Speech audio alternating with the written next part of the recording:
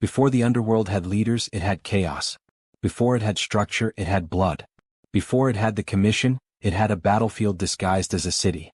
In the early decades of the 20th century, the American underworld was not an organization. It was a storm, shifting violently between gangs, ethnic factions, neighborhood bosses, and men who believed power came only from fear. Violence was language. Territory was religion. And loyalty was as unstable as the streets where it lived. New York was the heart of that chaos. A city growing too fast to control. A city filled with immigrants who brought old grudges to new soil. A city where alliances shifted weekly, and bodies appeared in alleys without warning or explanation. The Mafia, if it could even be called that, was fragmented, incohesive, almost tribal. Sicilian bosses operated under old-world rules that no longer fit the American landscape. Jewish gangs, Irish crews, and independent bootleggers carved out pieces of the city through force rather than cooperation. Rivalries were inherited. Wars erupted without strategy. Profit was lost in bloodshed. There was no blueprint. Only survival. And then, from within this chaos, rose a man who saw what no one else did: the potential for order. The need for something new. America had changed. Its streets did not operate on the same logic as Sicilian villages or Neapolitan clans. The old hierarchies, rigid, traditional, unquestioned, were breaking under the weight of modern opportunity. Prohibition had poured gasoline on the fire. Suddenly, every gang with a truck and a gun could make millions. But money did not solve chaos, it amplified it. Bootlegging empires clashed. Territorial disputes spiraled into open warfare. Bosses were assassinated faster than they could be replaced. And the police, overwhelmed and underpaid, struggled to understand the scale of what was happening beneath their feet. This was a world ready to collapse under its own volatility. But it was also a world waiting for someone to define it. Someone who understood that crime, like any business, needed structure. Someone who could see beyond today's profits and envision tomorrow's empire. Someone who could pull order from chaos. That someone was Charles Lucky Luciano. A man who saw the invisible lines. Luciano didn't rise because he was the strongest or the most feared. He rose because he understood something deeper. Power is not about violence. Power is about systems. Power is about cooperation. Power is about predictability. In an era where gangs fought for neighborhoods, Luciano saw cities. Where bosses fought for pride, he saw profit. Where everyone else saw enemies, he saw potential partners. He recognized that America needed a different kind of underworld, one that functioned like a business, not a feud. One where disputes were settled with meetings, not machine guns. One where territories were respected, rules were standardized, and leaders acted less like warlords and more like executives. He imagined a structure that no one had dared propose.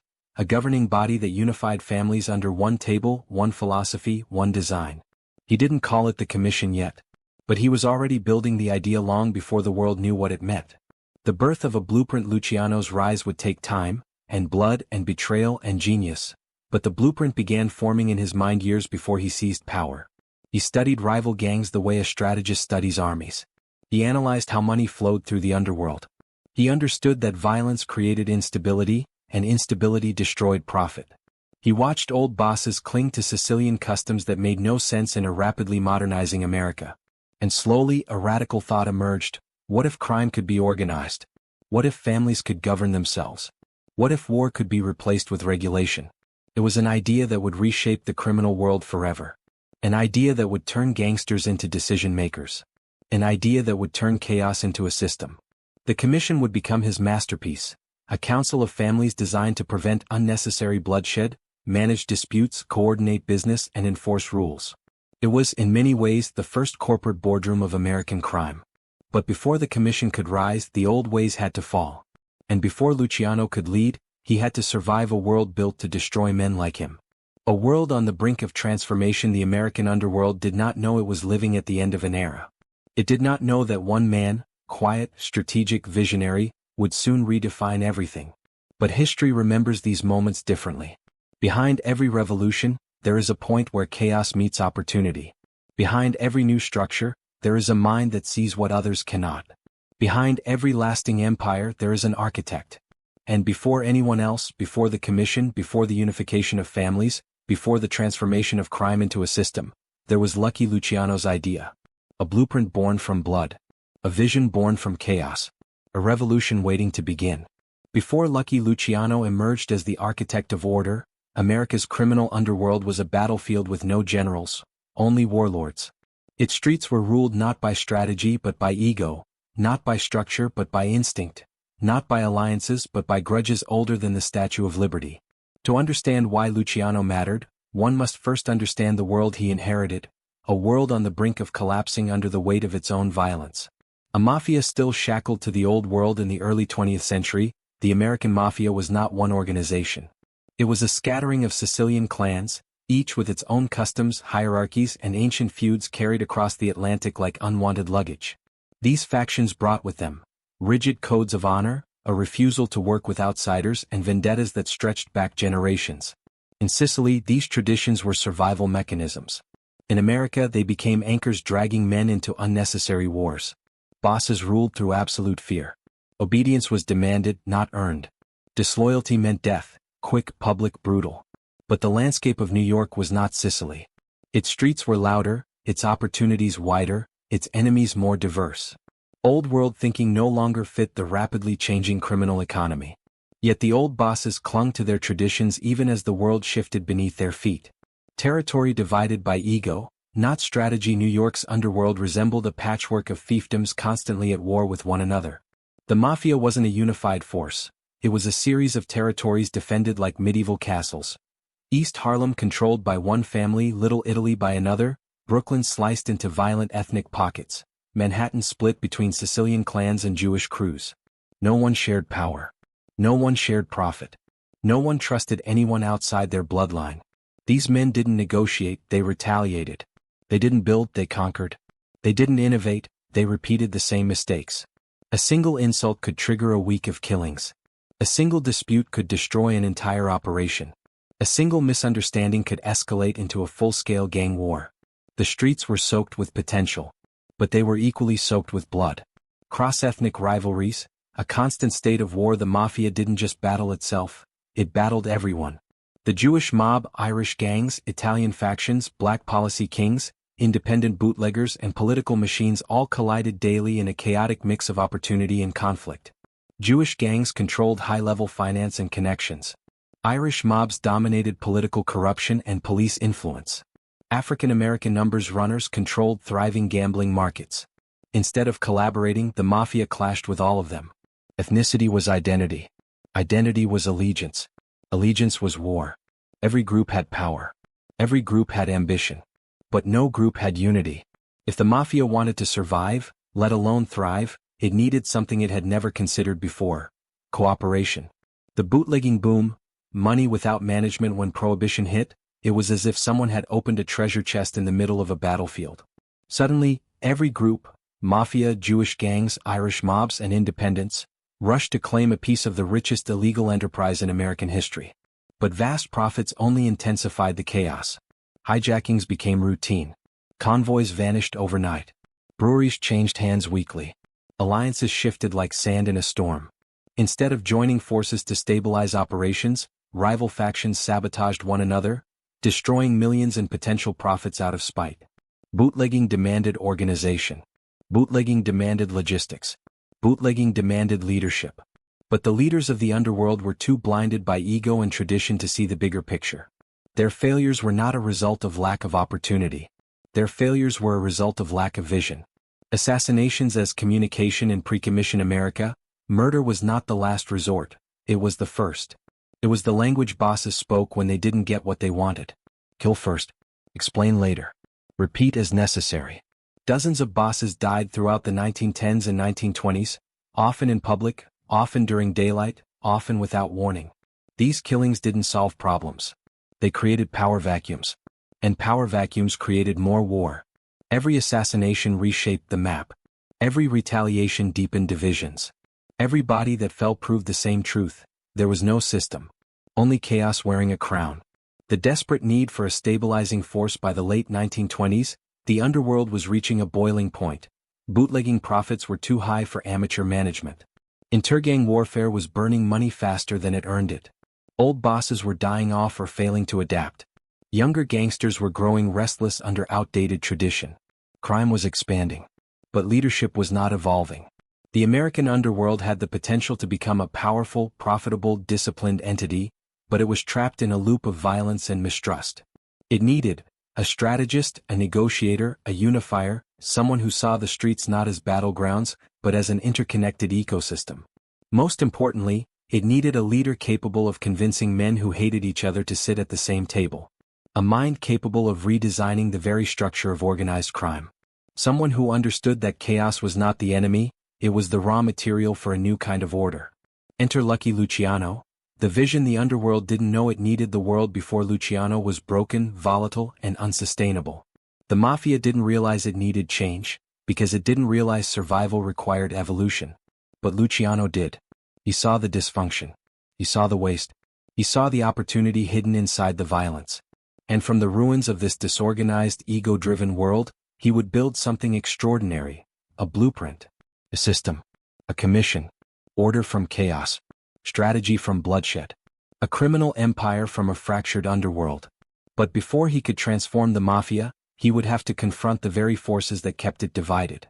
Before Lucky Luciano became the architect of American organized crime, he was just another boy in the overcrowded slums of Manhattan's Lower East Side. One immigrant child among thousands, surviving in a world that offered nothing for free. The air smelled of coal soot and desperation. Shouts in a dozen languages echoed through narrow streets. Tenements overflowed with families who worked too hard and earned too little. Luciano, born Salvatore Lucania, learned early that America was not the promised land for boys like him. It was a proving ground. A place where you either adapted or you vanished. And he refused to vanish. The Lower East Side, a school of hard survival. When Salvatore's family arrived in New York in 1906, they brought little more than hope. That hope dissolved quickly. The Lower East Side was a labyrinth of poverty, filthy hallways, cramped apartments, and streets run by gangs rather than police. Children grew up fast. Boys fought to defend their blocks. Respect was measured in bruises. Opportunity was something you took, not something you waited for. Luciano's father broke his back working in a sulfur factory. His mother scrubbed floors. Their sacrifices carved a lesson into him. Hard work doesn't guarantee survival. Strategy does. In this harsh environment, Salvatore began observing people. How they spoke, how they lied, how they threatened, how they negotiated. He noticed something most boys never saw: brute force controlled moments. Understanding controlled outcomes. It was the first spark of the mind he would one day become famous for. Learning the code of the streets by age 10, Salvatore already understood the unwritten laws of his neighborhood. Don't look weak. Don't talk too much. Don't pick a fight you can't win. Never turn your back on anyone hungry for power. These rules shaped him more than school ever could. He joined street gangs not out of malice but out of necessity. Protection meant survival. But even among the gangs, where fists did most of the talking, Salvatore realized something remarkable. His mind worked faster than his muscles. He could sense tension before it erupted. He could read fear behind a clenched jaw. He could predict betrayal from a passing glance. This skill, rare and powerful, became his greatest weapon. It made him valuable. It made him dangerous. It made him different. The first hustles, ambition awakened. Salvatore started running errands for neighborhood gangs. Delivering packages. Carrying messages. Keeping lookout. He was small, fast, and, most importantly, smart enough to stay unnoticed when necessary. Soon he stumbled into his first profitable discovery. Boys would pay someone to protect them from bullies. For a nickel a week, Salvatore guaranteed safety. Those who refused were given a choice: pay him or face the bullies he secretly paid to leave his clients alone. He had created a protection racket at age 12. Not through violence but through coordination. Not through fear, but through understanding incentives. This was the beginning of his rise. Not in strength but in strategy. Not as a thug but as a thinker. Friendships that shaped the future. Lansky and Siegel. In the melting pot of New York streets, Salvatore encountered two boys who would change his destiny: Meyer Lansky and Bugsy Siegel. Lansky impressed him immediately. Quiet, analytical, brilliant. Where other kids saw chaos, Lansky saw patterns. Salvatore recognized in him a mind similar to his own, disciplined, observant, and dangerous in ways that didn't rely on force. Siegel was the opposite: fearless, volatile, unpredictable. He fought first, asked questions later, and had a reputation for doing the things others only threatened. Together they were a perfect balance. Luciano the strategist, Lansky the mathematician, Siegel the enforcer. Three boys who saw the world not as it was, but as it could be, reorganized, structured, profitable. Their bond wasn't based on ethnicity or tradition. It was based on recognition. Each of them understood something instinctively: they were different.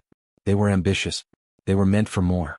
Violence as teacher, not identity. Luciano saw violence constantly, on corners, in alleys, inside tenement stairwells. He participated when necessary. He learned to fight.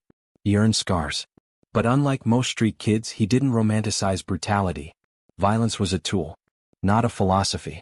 He watched older boys with muscles and tempers rise quickly and fall even faster. He realized something crucial: the men who survived weren't the strongest. They were the ones who understood people. Fear might win a moment, but understanding won an empire. This lesson became the foundation of his future leadership. Ambition takes its shape by his teenage years. Salvatore Lucania no longer looked at the world like a poor immigrant boy. He looked at it like a man studying a puzzle. He saw opportunity where others saw danger, strategy where others saw instinct, alliances where others saw rivals, systems where others saw chaos. Most importantly, he discovered the skill that would define his life: he could predict human behavior. He could sense what someone wanted, how far they'd go for it, and how to turn that desire into advantage. Not through threats. Not through intimidation. But through understanding.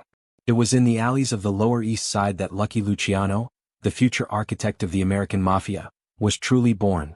Not from privilege. Not from power. But from poverty. A street kid who realized that the world wasn't ruled by fists, it was ruled by people. And the man who understood people would one day rule everything. Before Lucky Luciano became the man who redesigned the American underworld, he had to rise through a hierarchy designed to keep men like him at the bottom. The early mafia was rigid, Sicilian, and deeply suspicious of outsiders, even fellow Italians who weren't from the right village. But Luciano had already learned something on the streets of the Lower East Side. Power respects intelligence, not birthplace. Opportunity respects ambition, not tradition.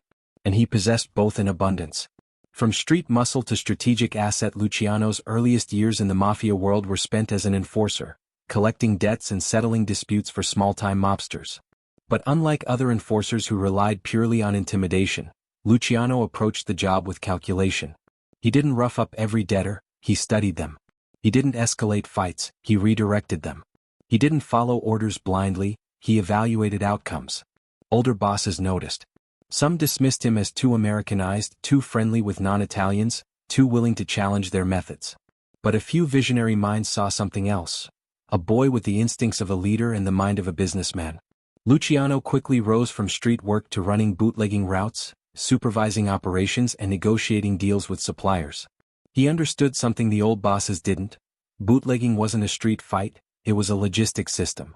He treated it like a modern industry: standardized prices, consistent supply chains, reliable drivers and warehouses, quiet partnerships with politicians and police. This efficiency made him invaluable.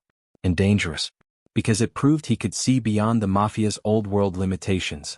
The alliance that changed everything: Luciano, Lansky, and Siegel. As Luciano rose, so did two men who had been with him since his youth: Meyer Lansky and Bugsy Siegel. Together, they formed an alliance unlike anything the mafia had ever witnessed. A partnership that crossed ethnic lines at a time when such cooperation was unthinkable.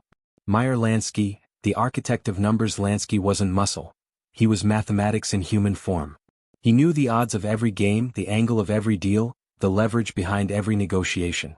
He saw patterns where others saw chaos. For Luciano, Lansky offered something priceless: a mind equal to his own. Lansky provided the financial systems, the accounting structures, the risk analysis. Luciano provided diplomacy, leadership, and vision. Together, they created a blueprint for organized crime that prioritized profit over pride. Bugsy Siegel, the blade behind the smile. Siegel was the opposite: volatile, fearless, and charismatic. Where Lansky was logic, Siegel was instinct. He handled threats so Luciano didn't have to. He intimidated rivals, enforced discipline, and ensured loyalty without bureaucracy. He was the kind of man who could walk into a room and silence it. Luciano needed that. Because every architect needs both a mathematician and a sword. Breaking ethnic barriers, a new vision of power. Before Luciano, Italian mobsters worked with Italians. Jewish gangsters worked with Jews. Irish mobs handled their own territories. Cooperation was rare, temporary, unstable. But Luciano realized something revolutionary. Ethnicity was a limitation, and profit had no ethnicity. He formed partnerships across every boundary. Jewish gangs handled financial operations. Irish crews provided political contacts. Italian families oversaw traditional rackets.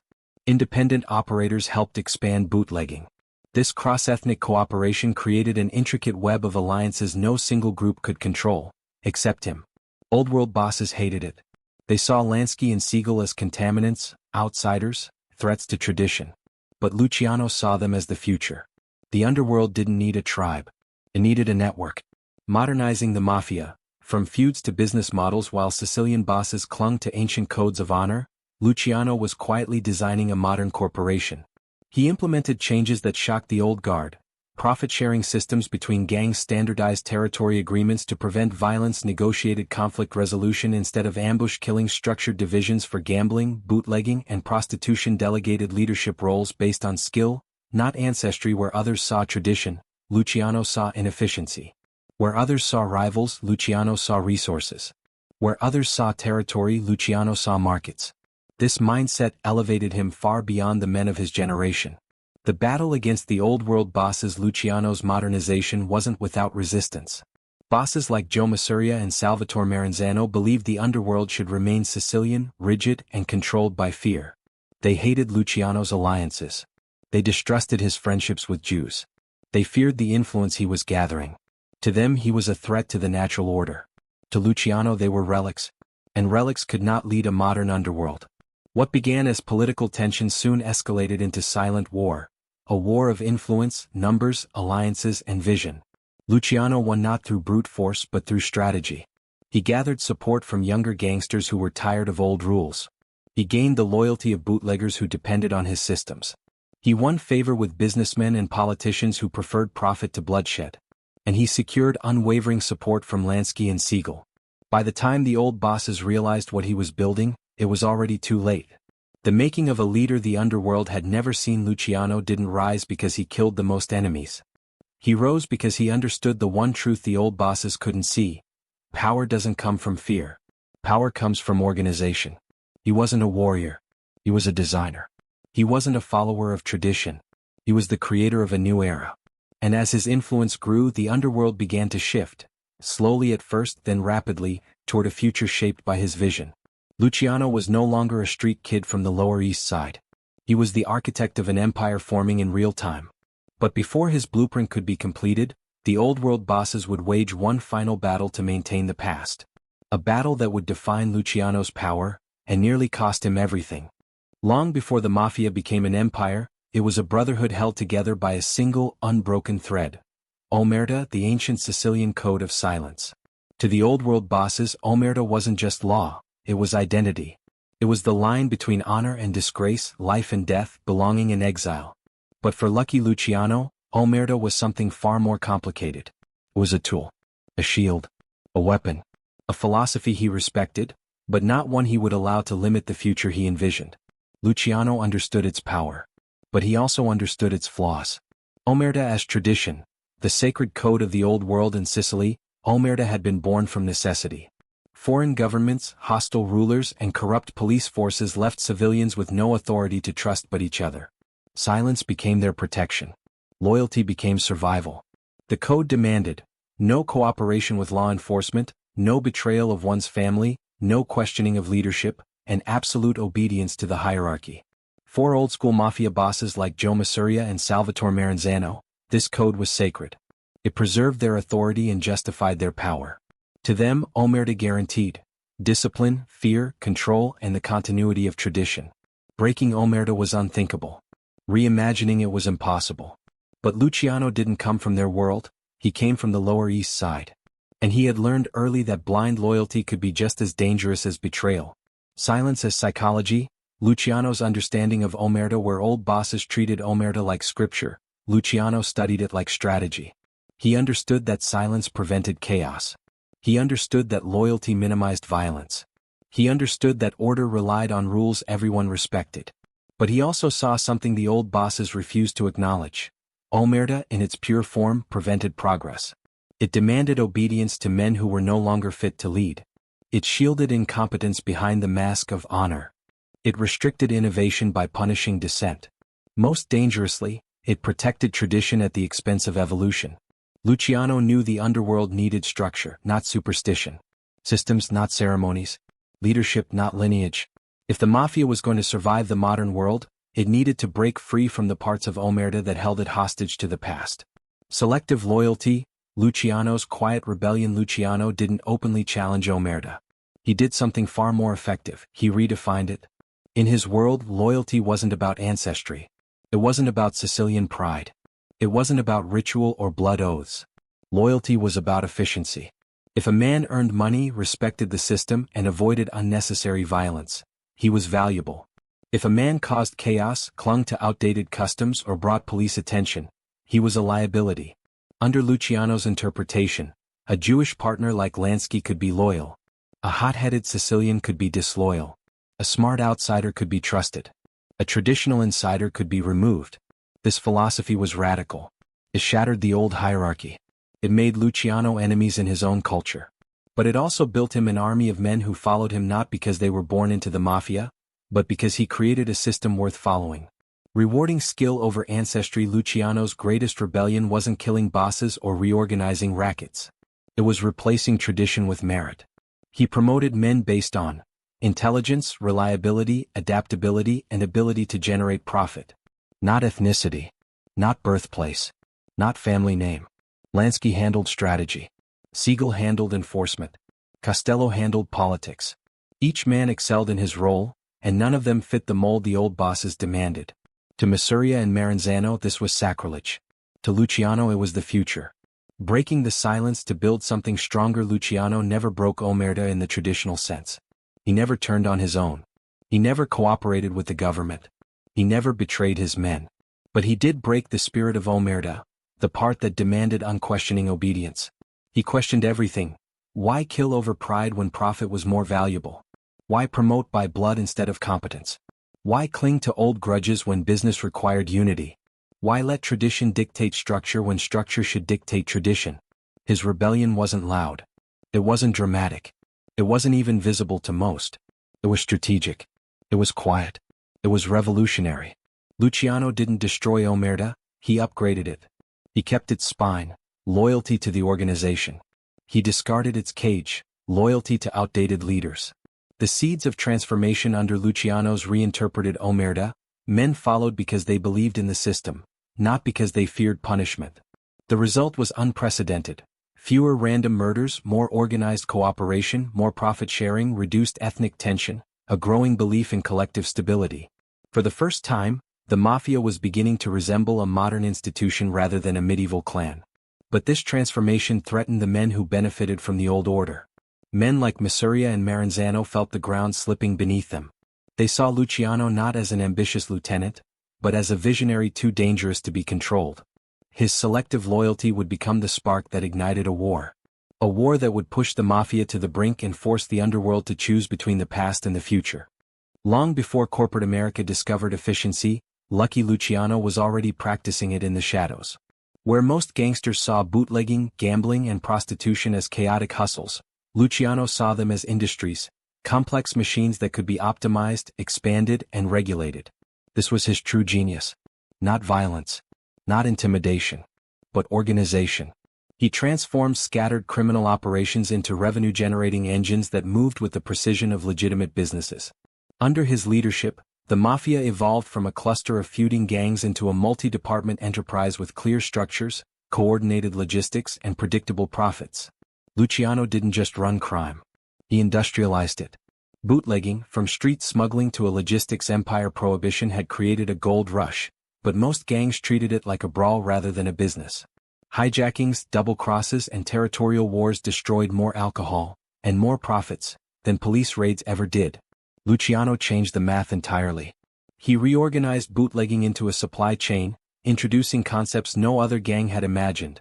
Distribution hubs and warehouses and hidden cellars, reliable transportation routes protected by bribed officers, shared partnerships with rival gangs to reduce violence, standardized pricing to eliminate undercutting, bulk purchasing agreements with Canadian distillers. Bootlegging became efficient, predictable, professional. Where others saw danger, Luciano saw logistics. He replaced chaotic smuggling with an operation that mirrored modern shipping companies, only faster, more loyal, and infinitely more ruthless. Gambling, a quiet financial engine. Gambling had always been profitable, but it was unstable. Street bookies acted independently, fixing odds on instinct rather than data. Disputes led to violence. Violence invited police attention. Police attention destroyed revenue. Luciano redesigned the system from the inside. He introduced centralized odds making, standardized payout systems, enforcers trained to negotiate before escalating, quiet agreements with police captains, bookmakers spread strategically across boroughs, nightclubs and speakeasies as discrete betting hubs. Under his leadership, gambling stopped being a neighborhood hustle and became a multi-city financial network. Profits skyrocketed because risk plummeted. He noticed that gamblers preferred stability. So he created it. This shift marked the beginning of what would eventually become the Mafia's nationwide gambling syndicate. Prostitution. The industry no one wanted to manage. Prostitution was messy, unreliable, and volatile. Brothels were disorganized. Pimps were unpredictable. Violence was constant. Customers felt unsafe. Women were exploited without structure, leaving them vulnerable to police pressure and informant deals. But Luciano saw something others didn't. Chaos creates opportunity for control. He created a management structure. Madams controlled operations, women received medical checks to maintain quality, regular payments ensured police cooperation, territories were organized to reduce competition, prices were standardized to stabilize revenue, enforcers protected staff instead of abusing them. This system wasn't morally defendable, but it was financially brilliant. Luciano turned prostitution into a predictable income source. And ironically, the improved conditions made it harder for women to leave the system or testify against it, which later became a tool used against him in court. It was both his innovation and one of the causes of his downfall. Narcotics, the most dangerous innovation. While many crime bosses avoided narcotics due to severe sentencing and moral objections, Luciano saw the future. He understood the demand, the profits, and the international opportunities. But he also understood the risk. Narcotics invited attention from federal agencies. So he structured it differently. Operations were decentralized, multiple middlemen insulated leadership, import routes were compartmentalized, distribution was spread across numerous small crews, profits were reinvested in safer enterprises. He did not control the product directly. He controlled the people who controlled it. This gave him plausible distance even as profits surged. Luciano wasn't the first gangster to sell narcotics, but he was the first to create a system for it. Decentralized management. The genius behind his power. Unlike old-world bosses who demanded total obedience and micromanaged their soldiers, Luciano embraced a radical idea: decentralize power to increase efficiency. His structure worked like a corporation. Capos, captains, acted like department heads. Crews operated like teams within departments. Consiglieres functioned as advisors and mediators. Territories resembled branch offices. Specialized crews handled gambling, loans, narcotics, or enforcement. The commission acted as a board of directors. This system allowed operations to function even if one part failed. It also reduced the risk of gang wars by giving rival families predictable boundaries and processes for resolving disputes. Luciano believed, violence costs money. Structure makes money. And he built everything around that principle. Financial oversight and reinvestment, a criminal economy. Luciano insisted on clear accounting, a concept almost unheard of among mobsters. Money flowed through controlled channels and skimmed profits were reinvested in nightclubs, gambling halls, construction businesses, unions, political influence, legal enterprises. He didn't just make money. He multiplied it. And most importantly, he laundered it through systems that blended legal and illegal revenue, making it incredibly difficult for the government to trace. This was one of his greatest contributions to organized crime, the integration of legitimate industries with criminal profits. From street fights to enterprise, a revolution in the underworld. Luciano's genius was simple. He replaced ego with efficiency. He replaced tradition with strategy. He replaced chaos with coordination. Under his leadership, gang wars decreased, profits increased, alliances strengthened, operations expanded beyond New York, and organized crime became a national business. He didn't just run rackets. He redesigned them. He didn't just manage crime. He transformed it into an economic ecosystem. Luciano didn't invent organized crime. He organized it. And that revolution set the stage for his greatest creation, a governing body that would rule the underworld for generations, the Commission. Before Lucky Luciano could reshape the American underworld, he first had to survive the two men who controlled it with iron fists and ancient ideology: Joe the Boss Masuria and Salvatore Maranzano. They were relics from the old world, powerful, proud, unyielding, and they ruled not through vision but through fear. To Luciano they represented everything wrong with the mafia: short-sightedness, ego, and an obsession with tradition that blinded them to opportunity. To Masuria and Maranzano, Luciano represented something equally dangerous: a modern thinker who threatened the very foundation of their authority. Their rivalry would ignite a war. Luciano's ambition would determine who survived it. Joe Masuria, the last king of a dying era. Joe, the Boss, Masuria ruled New York with gluttonous confidence. He wore indulgence like armor, fine suits, heavy cigars, extravagant meals, as if opulence itself proved his immortality. He believed in power through dominance, loyalty through fear, and tradition through force. Masuria demanded complete obedience. He demanded tribute. He demanded unquestioned loyalty. And for years Luciano gave it to him, with a smile that hid everything Masuria didn't understand. Luciano respected Masuria's strength but despised his worldview. The old Don saw profit only in what he could control. Luciano saw profit in what he could create. Their difference was ideological. Masuria wanted soldiers. Luciano wanted partners. Masuria clung to Sicily. Luciano embraced America. Masuria saw ethnic lines as sacred. Luciano saw them as constraints. This tension simmered quietly, until a new force entered the battlefield. Salvatore Maranzano, the Roman emperor of crime. Where Masuria was brute force, Maranzano was calculation and ritual. A student of Julius Caesar, he envisioned the mafia as an empire, structured, stratified, obedient. He spoke softly but expected absolute compliance. His ambition stretched far beyond New York. He wanted a national hierarchy with himself at the pinnacle. Maranzano saw Luciano's brilliance immediately. He saw a rising star in need of direction, or domination. He tried to charm him. He tried to mentor him. He tried to mold him. But he also underestimated him. Where Maranzano valued order, his version of order was archaic, a rigid pyramid that stifled innovation. He believed the future of crime looked like the past, simply scaled larger. Luciano disagreed. The future needed to be new. The psychological chessboard, Luciano between two titans, caught between Masuria's brute conservatism and Maranzano's imperial obsession. Luciano understood one thing clearly: neither man could lead the mafia into the future. So he did what he had always done: he studied them. He watched how they reacted to fear. He observed which men they trusted, and which they secretly despised. He learned their weaknesses: Masuria's arrogance, Maranzano's ego.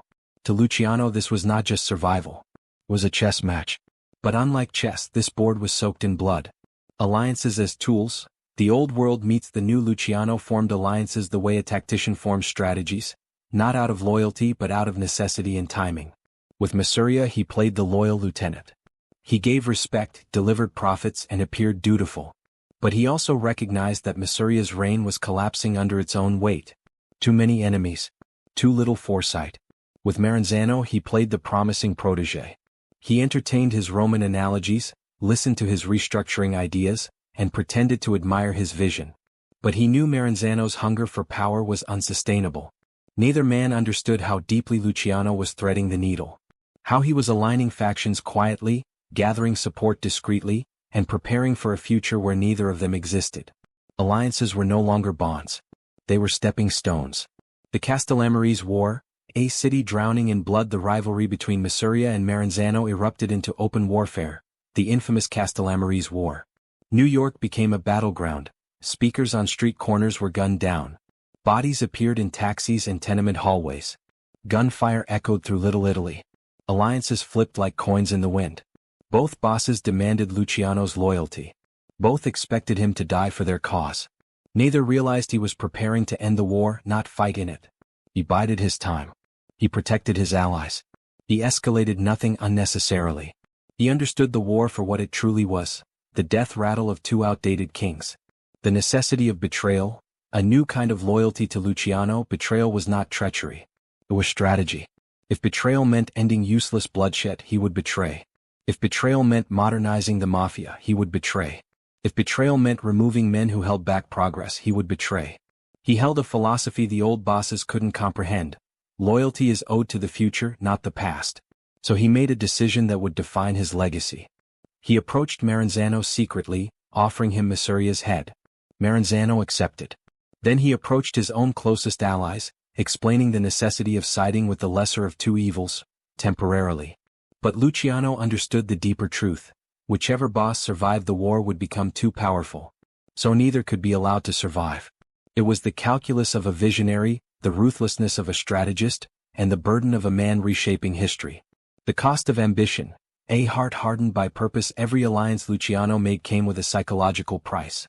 He learned to trust without trusting, to align without attaching, to smile while calculating 10 moves ahead.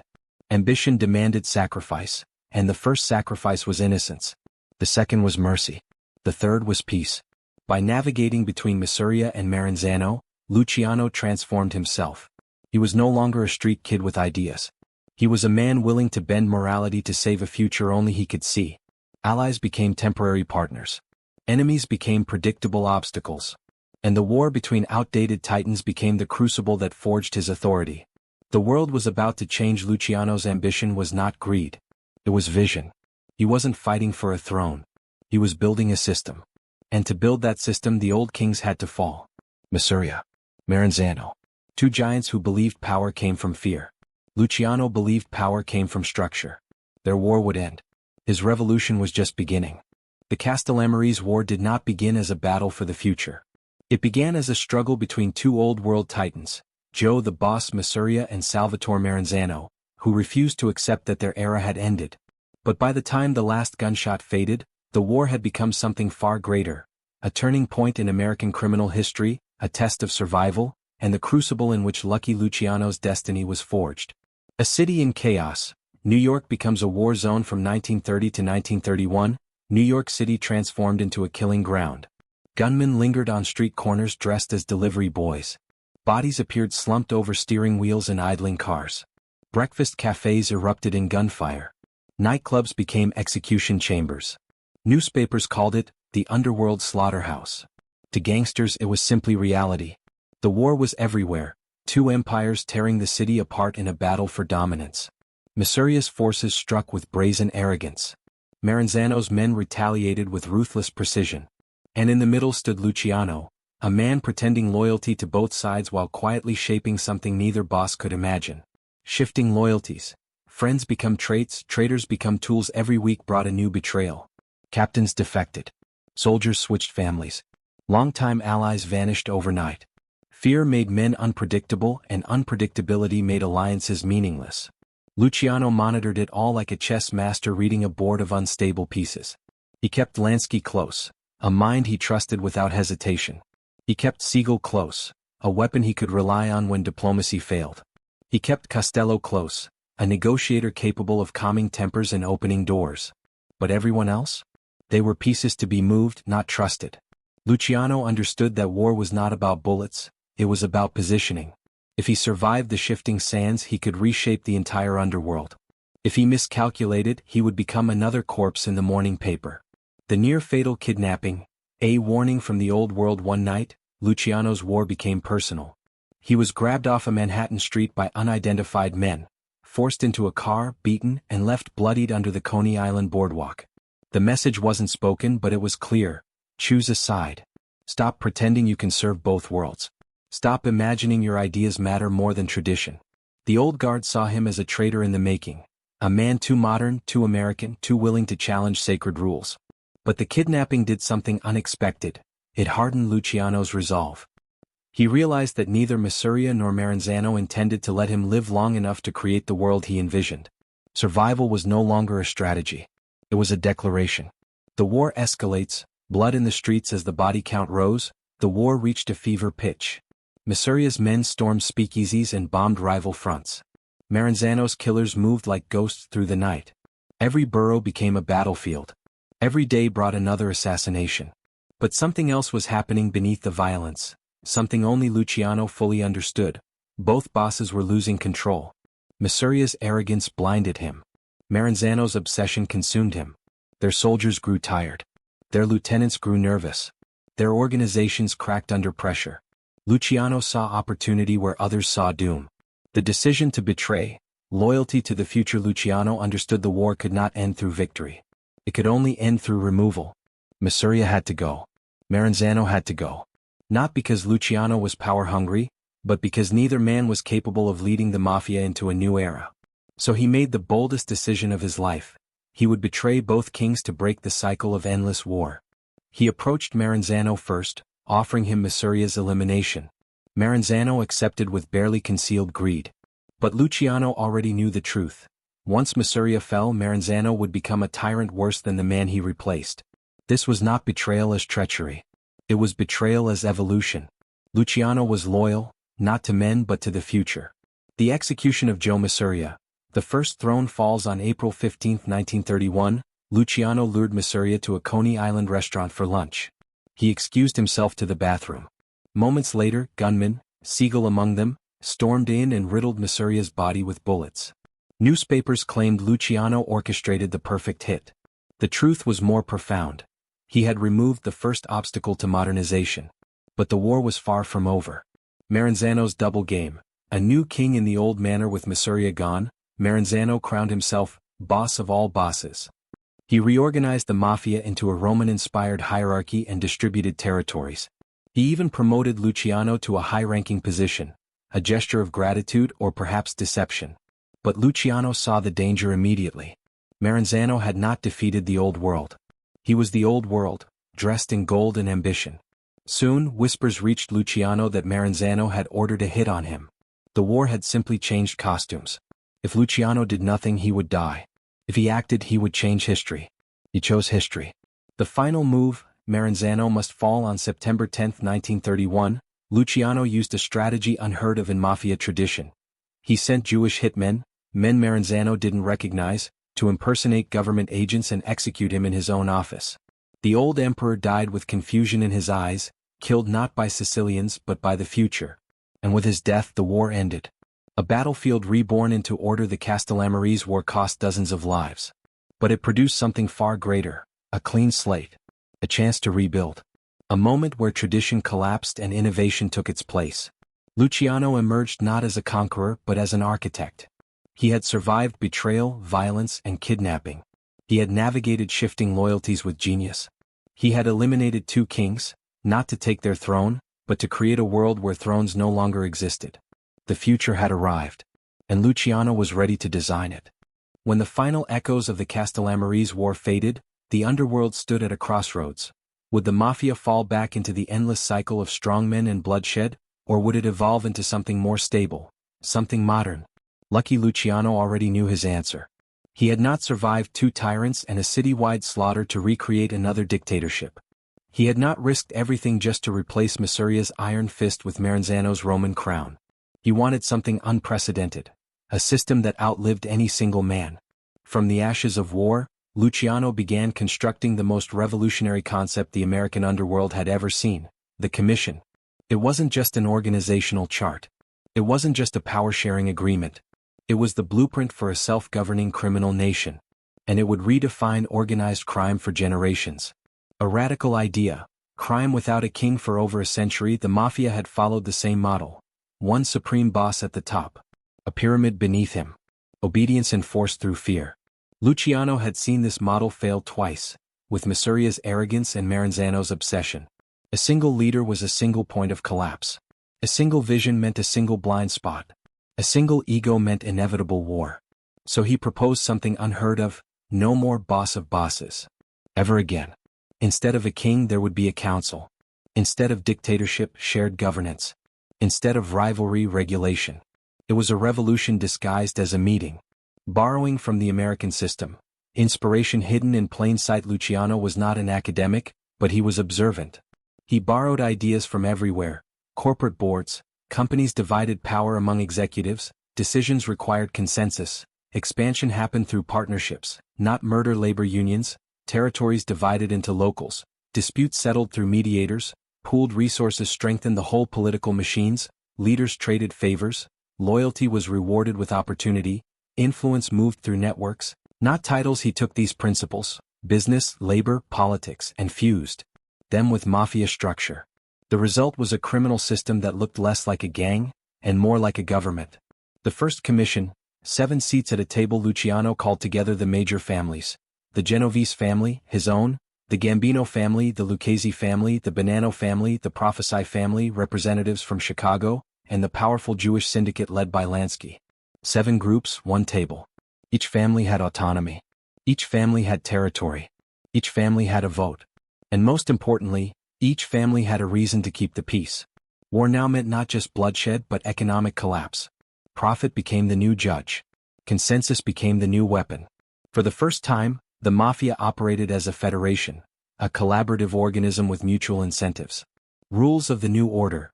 The Constitution of Crime. Luciano crafted the commission with rules that protected unity and prevented unnecessary conflict.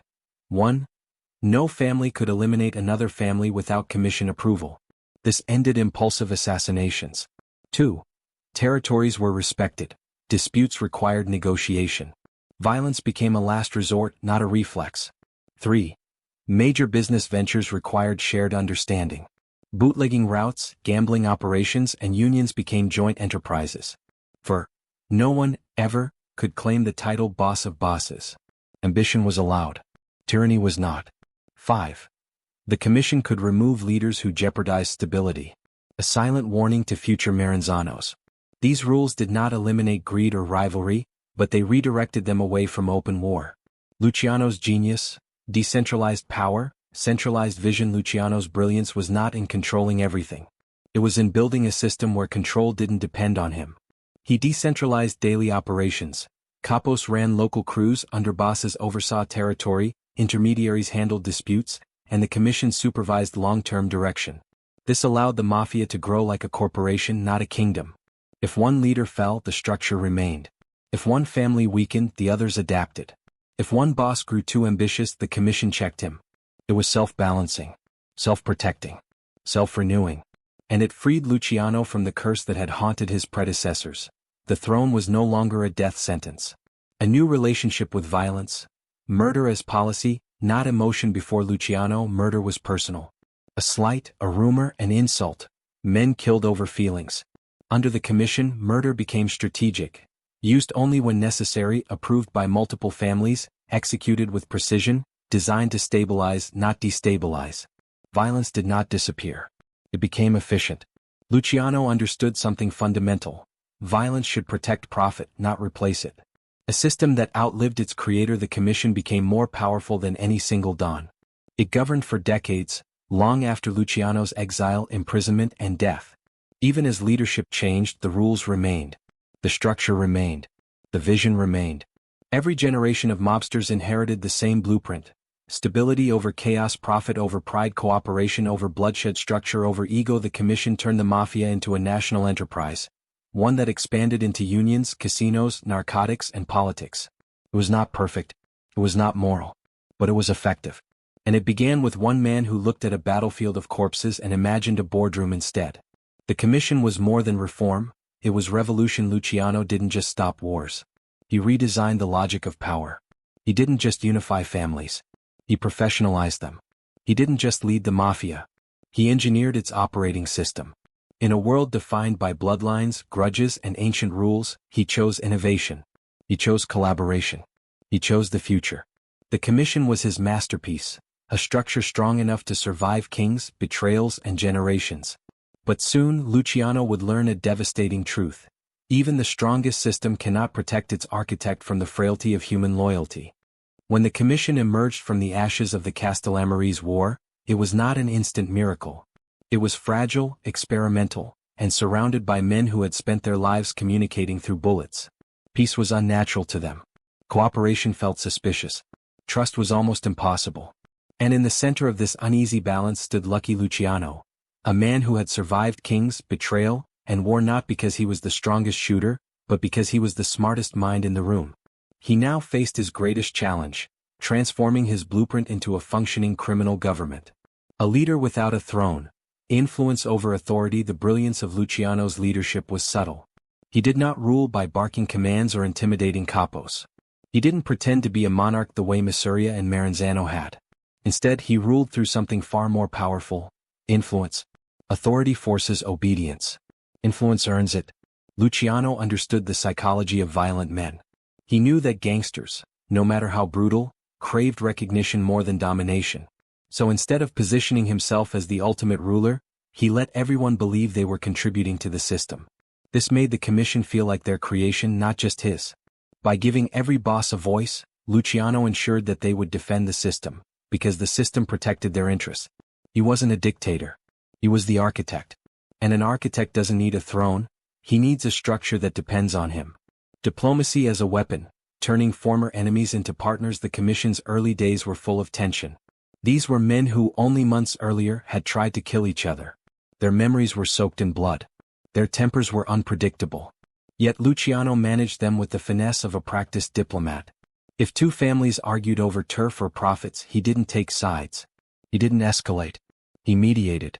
He used logic to calm hot-headed men, incentives to redirect ambition, flattery to soothe pride, and compromise to maintain balance. His neutrality gave him credibility. His fairness gave him authority. His calm presence gave him control. Luciano's power did not come from demanding loyalty, it came from making loyalty feel beneficial. Managing dissent, preventing chaos before it ignited. Despite the illusion of unity, dissent simmered beneath the surface. Some older bosses hated the idea of working with Jews. Some resented the end of the boss of bosses system. Some whispered that Luciano had grown too powerful. But dissent didn't frighten him. He expected it. Luciano had spent his whole life reading people, their fears, their ambitions, their insecurities. He knew when tension was real and when it was performative. Whenever a problem emerged, he handled it quietly. A private meeting before frustration erupted, a strategic concession to ease rivalry, a carefully orchestrated intervention from Lansky or Costello, or a symbolic gesture to let a man feel respected again. His goal was not to eliminate conflict. It was to manage it. Conflict, he understood, was natural. Unmanaged conflict was deadly. Thanks to his psychological finesse, small fires never had the chance to become wars. Respect as currency, giving men the one thing they couldn't demand. Gangsters feared death, but they craved respect. It was their armor, their pride, their myth. Luciano used respect as currency. He made older dons feel valued by acknowledging their experience. He invited them to speak first at meetings. He let them take credit for decisions he had guided behind the scenes. This cost him nothing, but it bought him everything. Men who felt respected were less likely to rebel, less likely to challenge him, less likely to disrupt the fragile peace. Luciano understood that in the underworld, respect was more powerful than fear because fear fades, but respect builds loyalty. Balancing tensions, holding an empire together with invisible threads. The commission was not a monolith. It was a collection of personalities: Gambino, quiet and patient; Bonanno, traditional and principled; Lucchese, calculating prophesy; religious and stubborn; Costello, political and refined; Lansky, brilliant and silent; Siegel, volatile and dangerous. Each boss needed something different. Each had a pressure point. Each required a unique approach. Luciano learned to speak every man's language. He used logic with Lansky. He used patience with Bonanno. He used charm with Costello. He used caution with Siegel. He used firmness with upstarts like Genovese. He wasn't just a leader. He was a translator, moving between personalities, cultures, and ambitions to preserve harmony in a world that resisted it. This emotional labor was invisible but essential. Without it, the commission would have collapsed before it began. A government of criminals, functioning like a nation under Luciano, the Mafia became something unprecedented. A self-regulating criminal government. The commission voted on disputes. They negotiated territories. They planned expansions into unions, narcotics, casinos, and labor racketeering. They coordinated national strategy. They even disciplined families that violated agreements. This structure allowed the Mafia to expand across state lines, diversify into new industries, stabilize profits, avoid unnecessary wars, and operate with a level of efficiency that rivals legitimate corporations. The commission was not just an upgrade, it was a reinvention. And it worked. Beautifully, dangerously, brilliantly. But power creates shadows, and shadows create threats. Luciano's system succeeded so well that it produced a new problem: visibility. The more stable and profitable the Mafia became, the more attention it attracted. Politicians wanted answers. Prosecutors wanted headlines. Journalists wanted stories. And rivals, inside and outside the commission, began watching him with envy and suspicion. Luciano had built an empire where he was the quiet center of gravity. But gravity draws weight. And weight draws cracks. The commission was strong. But its architect was mortal. He had mastered diplomacy. He had stabilized violence. He had unified a nation of criminals. But the greatest threat he would ever face was not a rival boss or a bullet or a war. It was the inevitable reality of power. The higher you rise, the more fragile your place becomes. 4 years, Lucky Luciano had built the perfect illusion. A peaceful underworld, a stable empire, and a leadership so subtle that many believed he ruled from the shadows rather than the throne. But empires only remain invisible until someone decides to shine a light on them. And the man holding the torch was Thomas E. Dewey, the relentless, ambitious prosecutor who believed one truth above all: no one is untouchable. A changing America. From tolerance to outrage in the early 1930s, America was shifting.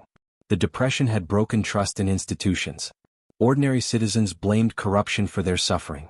Journalists needed villains to sell papers. Politicians needed enemies to rally the public. Organized crime, once half hidden, half glorified, became the perfect target. The public wanted accountability. The government wanted leverage. And Dewey wanted a headline-worthy victory. In this atmosphere, the mafia's careful secrecy became vulnerable. Luciano's stability looked suspicious. His peace looked like control. His profits looked like proof. The very success that had made him a legend now made him a target.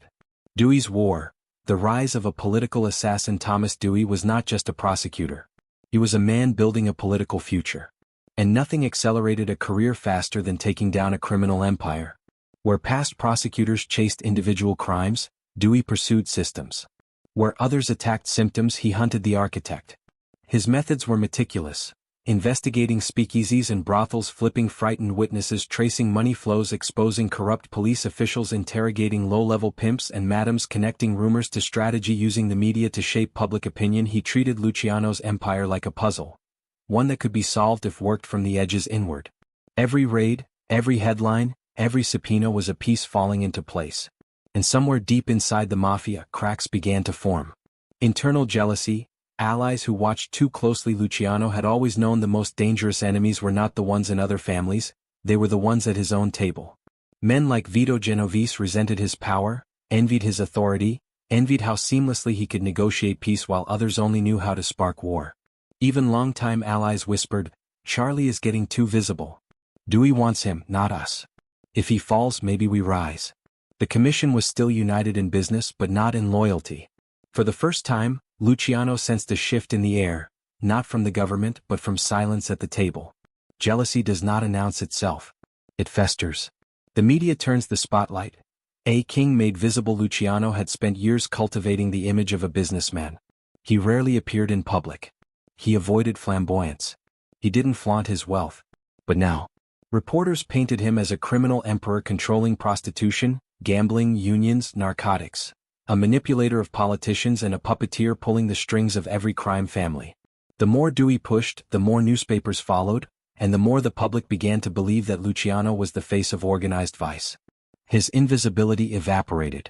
His legend grew too large, too bright. And brightness attracts hunters. The prostitution case. A trap with no escape. Dewey was clever. He knew narcotics or gambling charges were too indirect, too easy for Luciano to slide out of. So he struck where Luciano least expected it: prostitution. Raid after raid targeted brothels across Manhattan. Madams and prostitutes were interrogated until they broke. Some lied. Some were coached. Some acted out of fear. But the narrative forming in Dewey's courtroom was clear: a nationwide prostitution ring. Pimps answering to captains. Captains answering to Luciano. The evidence was weak. The structure was exaggerated. But the public didn't care. They wanted a villain. And Dewey wanted a conviction. Pressure builds. Luciano's world tightens as indictments loomed. Luciano attempted diplomacy. He reassured nervous allies. He calmed panicked associates. He consulted Lansky and Costello for legal strategies. He explored the option of fleeing the country. But every path narrowed. Every ally hesitated. Every conversation felt heavier.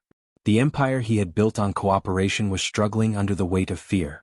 Dewey's relentless pursuit exposed the mafia's vulnerabilities. Bribed police officers flipped, weak-willed associates confessed, internal tensions deepened, and the commission grew quiet in ways Luciano did not like. For the first time, his psychological mastery was not enough. Men act differently when the government promises freedom in exchange for betrayal. Luciano could predict ambition. He could navigate greed. But fear? Fear rewrites loyalties. The cracks spread, from stability to suspicion as trials approached. Luciano saw clearly what he had always feared. The system he built could survive without him, but his survival depended on the loyalty of men who were no longer loyal. Dewey wasn't just prosecuting crimes. He was exploiting fractures within the underworld.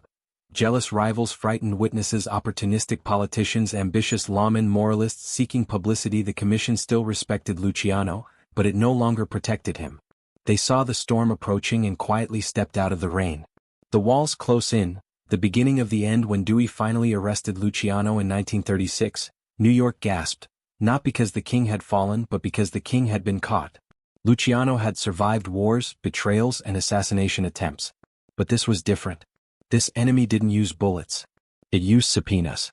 It used headlines. It used fear. It struck from above, not from the shadows. And for the first time in his life, Lucky Luciano entered a battle where strategy, alliances, and power could no longer protect him. The fall had begun. And the empire he built was about to face the ultimate test. Could a system survive when its architect was forced to stand alone?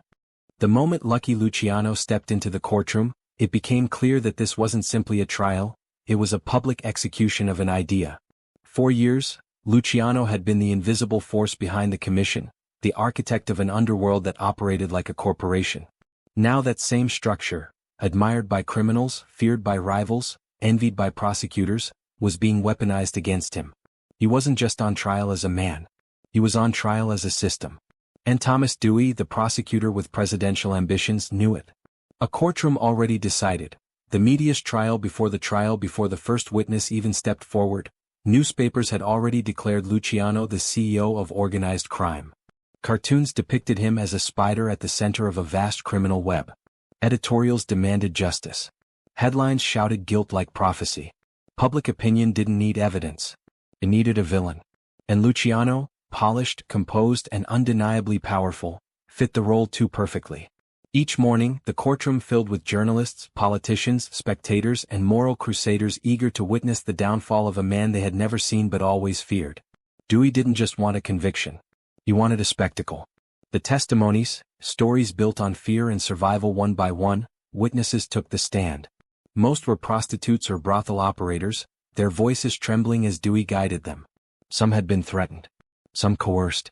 Some had simply succumbed to the promise of leniency. Their stories blended fact, rumor, and survival instinct. Luciano approved every brothel in New York. Luciano appointed pimps as captains. Luciano collected profits through a vast hierarchy. Luciano ordered beatings, threats, and kidnappings. There were inconsistencies, contradictions, moments of obvious fabrication.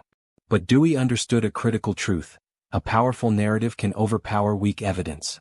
Each testimony reinforced the image of Luciano as the mastermind, the man who didn't dirty his hands because he didn't need to. And sitting at the defense table, Luciano realized the irony. His own innovations, the hierarchy, the delegation, the streamlined operations, were being interpreted as proof of guilt. He had turned crime into an organization. Now prosecutors argued that he led that organization like a corporate king. The prosecution strategy, turning structure into guilt. Dewey's brilliance lay in simplicity.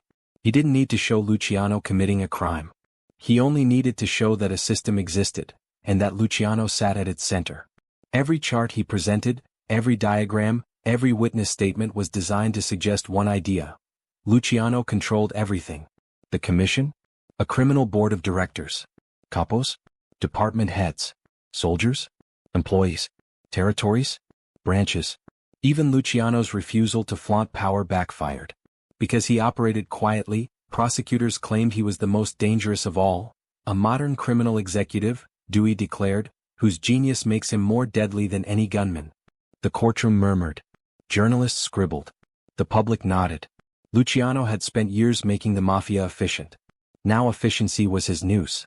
The defense struggles, logic versus narrative. Luciano's lawyers argued hard. The witnesses were unreliable. The structure Dewey described was exaggerated. Luciano had no direct ties to prostitution rackets. The allegations relied on coerced statements. But they were fighting theater with logic, and theater always wins. When prostitutes cried on the stand, logic died. When Dewey pointed at Luciano and demanded accountability, logic drowned in applause. When newspapers printed courtroom sketches of a calm, dignified Luciano sitting like a king, logic suffocated under ink. The defense argued facts. Dewey argued story. And stories, not facts, sway juries. The psychological battle, Luciano versus the state. Through it all, Luciano remained composed. He wore the same calm expression that had once negotiated peace between violent mobs. He answered questions with precision. He never raised his voice. He never cracked. But inside he felt the tightening. This wasn't the street. This wasn't diplomacy. This was a world where influence meant nothing and perception meant everything. He saw the jury watching him not as a man but as a symbol. Not as Charlie Luciano, but as the embodiment of crime itself. And no symbol survives a courtroom. The sentence, a fall calculated for maximum impact. On June 18, 1936, the jury delivered its verdict. Guilty. Charges, compulsory prostitution. Leading a criminal enterprise. Conspiracy. The sentence was staggering, 30 to 50 years in prison. The courtroom erupted with gasps. Reporters ran for the phones. Dewey shook hands like a victorious general. Luciano did not flinch. But something inside him cracked. Not pride, not fear, but inevitability. He had built a system that made murder unnecessary, that reduced chaos, that turned criminals into administrators. And yet, that same system was now the state's strongest argument against him. He was not convicted for pulling a trigger. He was not convicted for commanding violence. He was convicted for creating order in a place where the government expected chaos. His masterpiece had become his evidence. The empire without its architect. As he was led away, flashes from news cameras lit the hallway like gunfire. Outside, crowds gathered, some cheering, some shouting, all certain they had witnessed history. Inside the commission, silence spread like frost. They respected him. They feared him. But none of them would serve his sentence with him. Luciano understood in that moment.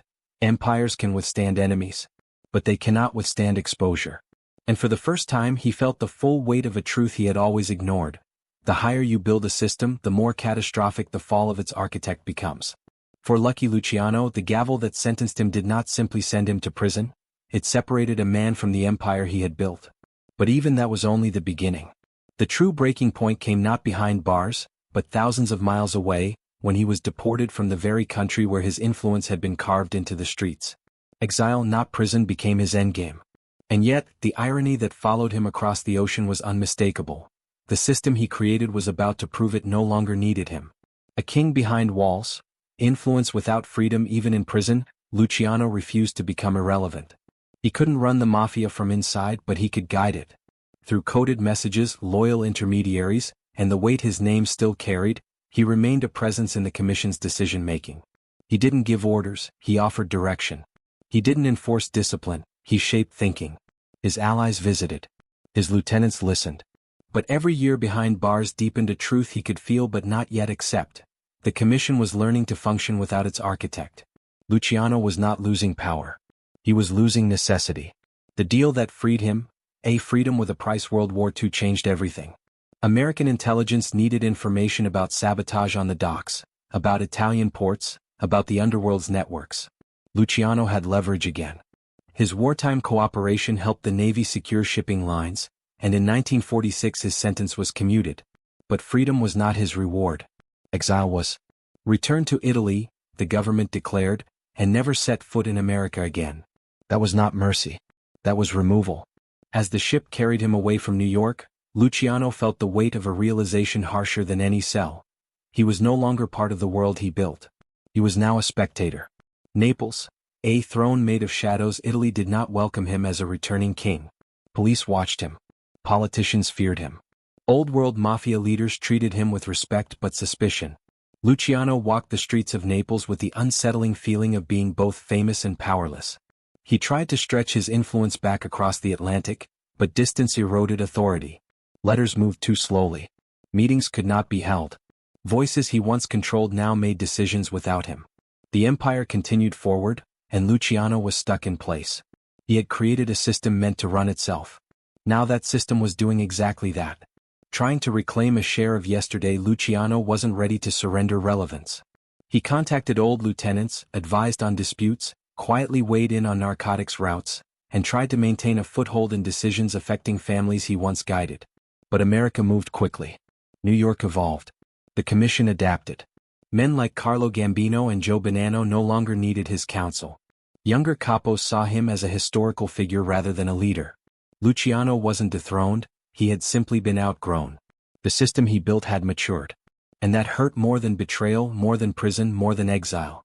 The Havana Gambit, one last attempt to matter in 1947, Luciano attempted a daring comeback. With Meyer Lansky's help he reached Cuba, closer to New York, closer to action, closer to relevance. For a moment it worked. Mob bosses flew in. Meetings were held. Narcotics pipelines were discussed. Luciano again felt like the central engine of the underworld. But then the U.S. government discovered his presence. Pressure mounted on Cuba.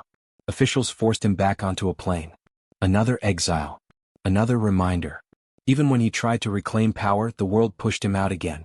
Watching the blueprint survive without him back in Italy, Luciano faced the truth he had long avoided. His creation had become larger than him. The commission he designed continued to operate, settling disputes, balancing territories, dividing revenue, regulating violence, expanding into unions, narcotics, and gambling. His rules remained. His structure held firm. His philosophy shaped a generation he would never meet. The Mafia no longer needed its founder to function. It was the ultimate validation of his genius, and the deepest wound to his pride. He had built an empire that no longer belonged to him.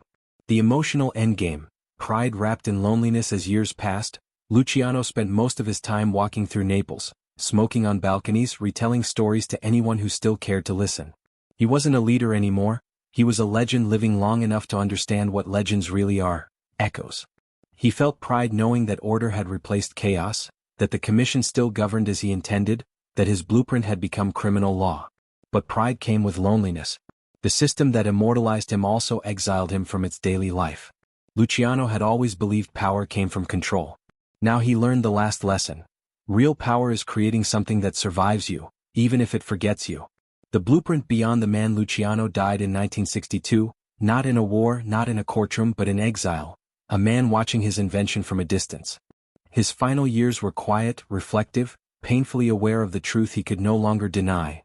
He had not just built a criminal empire. He had built a system. And systems don't need kings.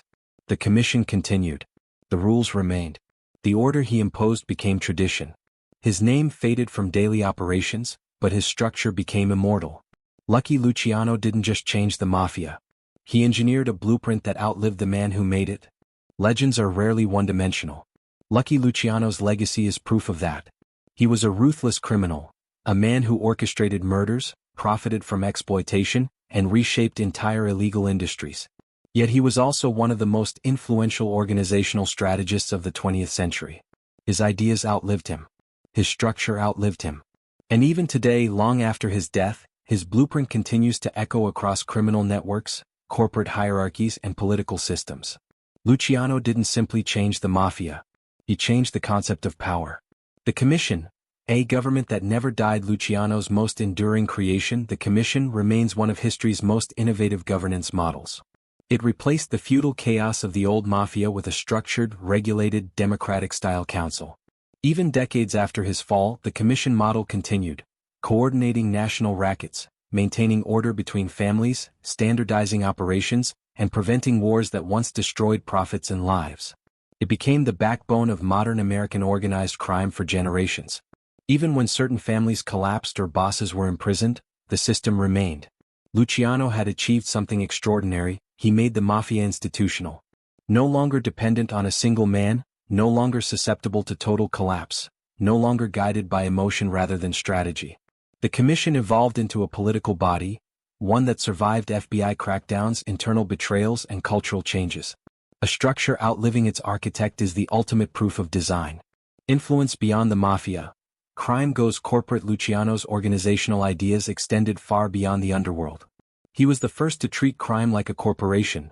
Departments, families, managers, capos, executives, bosses, shareholders, members, and a board of directors, the Commission.